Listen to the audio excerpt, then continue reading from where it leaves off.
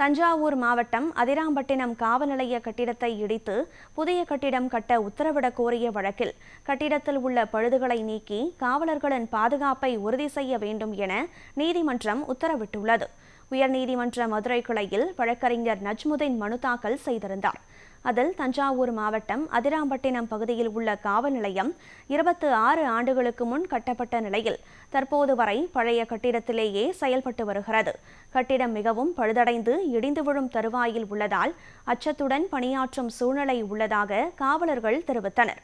இந்த மனு நீதிபதிகள் ஆர். சுரேஷ்குமார், நீதிபதி வடமலை ஆகியோருக்கு முன் விசாரணைக்கு வந்தபோது கட்டிடத்தில் உள்ள பழுதுகளை நீக்கி கட்டிடம் 100% பாதுகாப்பானது என்பதை உறுதி செய்ய வேண்டும் என காவல் கண்காணிப்பாளருக்கு உத்தரவிட்டு வழக்கை முடித்து வைத்தனர்.